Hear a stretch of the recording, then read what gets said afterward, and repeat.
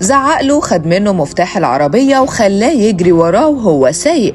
فايه السبب ورا التصرف الغريب من محمد صبحي مع السائق بتاعه؟ الفنان الكبير محمد صبحي اتصدر الترند بتاع جوجل بعد انتشار فيديو ليه بعد تكريمه في مهرجان آفاق بمسرح الهناجر، وظهر صبحي في الفيديو وهو بيوبخ السائق بسبب تأخيره بعد ما خرج من التكريم، وده فتح موجة جدل كبيرة على السوشيال ميديا.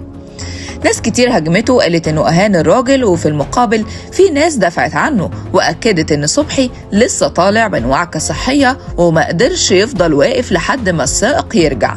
لكن المفاجأة كانت في تعليق نجل السائق اللي خرج يوضح الحقيقة، وقال ابويا كان في الحمام وعنده 65 سنة ومش بيشتغل مع صبحي على طول، وطالب الصفحات والناس انهم يوضحوا الحقيقة عشان الراجل ما يبقاش متهان قدام الكل.